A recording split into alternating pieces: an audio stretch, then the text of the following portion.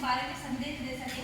और ये जो रंगोलियाँ जो बनाई हुई है यहाँ पे, जो खाने पीने का जो बनाया हुआ है, इसका मेन मकसद जो है हमारा वो यही है कि हम जन समुदाय को ये बता सकें कि पोषण के लिए हमारे आसपास और घर में जो उपलब्ध चीज़ें हैं वही पर्याप्त होती है।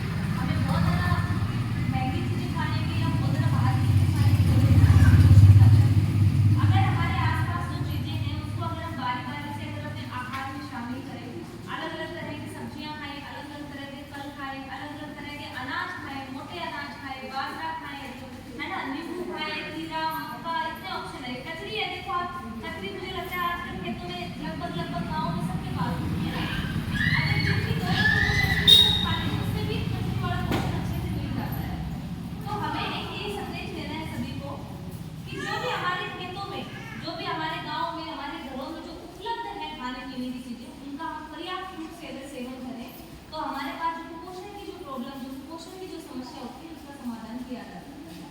अभी सरपंच साहब हमने गोद भराई और अन्न प्राशन का जो प्रोग्राम किया था, तो गोद भराई और अन्न प्राशन का प्रोग्राम करने के पीछे सरकार को हमारे जो ये सामाजिक कार्यक्रम है इनको पोषणता से जोड़ना मकसद रहा है कि भाई जब हम गोद भराई करें तो हम एक ये संदेश हम समुदाय को देना चाहते हैं कि गोद भराई की जाती है। जो महिला जो 3-4 महीने की जब प्रेग्नेंट गर्भवती महिला होती है तो उसकी गोद भराई की जाती है। गोद भराई का मतलब ये है कि महिला को आशीर्वाद दिया जाता है कि उसका वो और उसका बच्चा दोनों स्वस्थ रहे, और साथ में आंगनबाड़ी कार्यकर्ता उसको खान पान के बारे में भी, उसको कितना खाना खाना चाहिए अपने बच्चे के पोषण के लिए, और वो जानकारी उसको आंगनबाड़ी केंद्र से मिल सके। साथ में जब महिला गोद भराई के लिए आंगनबाड़ी केंद्र पर आए तो आंगनबाड़ी कार्यकर्ता ये भी देख ले कि इसको टीके लगे हैं कि नहीं लगे हैं, इसको आयरन और कैल्शियम की जो दवाई दी है वो ले रही है कि नहीं ले रही है ना। तो इस तरह का पोषण का संदेश देने के लिए साथ में अन्न प्राशन करवाया जाता है। जब बच्चा 6 महीने का हो जाता है तो 6 महीने तक बच्चा केवल अपनी माँ का दूध पीता है। 6 महीने के बाद बच्चा उल्टी आहार लेना शुरू करता है। लेकिन हमारे गाँव में कई बार हमें जानकारी नहीं होती कि बच्चे को हम क्या खिलाएं। हम यूजुअली क्या करते हैं, बच्चे को जो घर में बन रहा है वही हम देते हैं और हमें सोचते हैं हो गया। जबकि आपको पता है कि बच्चे को हमें अलग अलग तरह का भोजन करवाना चाहिए। और मैं तो ये कहती हूँ कि जो भोजन हमें 6 महीने के बच्चे को करवाना चाहिए वो भोजन हम सबको करना चाहिए, क्योंकि वो बहुत पौष्टिक भोजन होता है। दलिया और खिचड़ी, जिसको हम आंगनबाड़ी केंद्रों पर भी सरकार जो दिलवाती दलिया और खिचड़ी, वो बहुत ही पौष्टिक भोजन होता है। हम बड़े हो जाते हैं तो हमें लगता है कि बीमारों वाला खाना है ना। जबकि मैं ये कहती हूँ कि हर 2 दिन में 1 दिन हमें दलिया और 1 दिन हमें खिचड़ी जरूर खानी चाहिए बड़ों को। इससे हमारा पाचन तंत्र भी अच्छा रहता है और हमें पूरा पोषण मिलता है।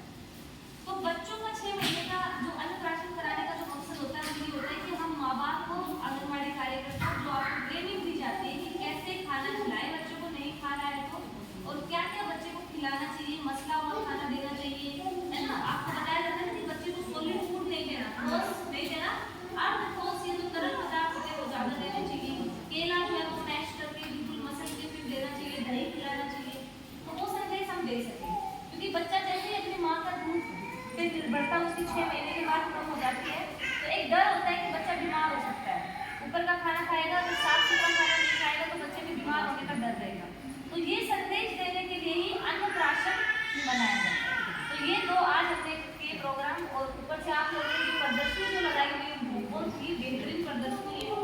देखते ही मेरा ऐसा मन हुआ कि इसको मैं राजस्थान राज्य का जो ग्रुप है उसके ऊपर जैसे जरूर डालूंगी, ठीक है, तब जाएगा। क्योंकि आप लोगों ने जो इसके साथ में जो मैसेज लिखा हुआ है, इस खाद्य पदार्थ में प्रोटीन होता है, इसमें वसा होती है, इसमें ये होता है, इसका मतलब वो कहीं ना कहीं आप लोगों की नॉलेज को भी दर्शा रहा है ना। और आप लोग जो अपने जन समुदाय को बताओगे तो वो भी एक अच्छा मैसेज होगा। तो बहुत अच्छी आप लोगों ने रंगोली बनाई है।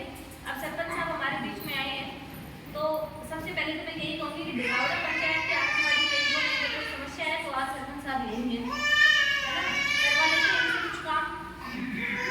और सरपंच साहब से मैं निवेदन करूँगी कि वो अपना कोई संदेश रखें हमारे आंगनबाड़ी कार्यकर्ता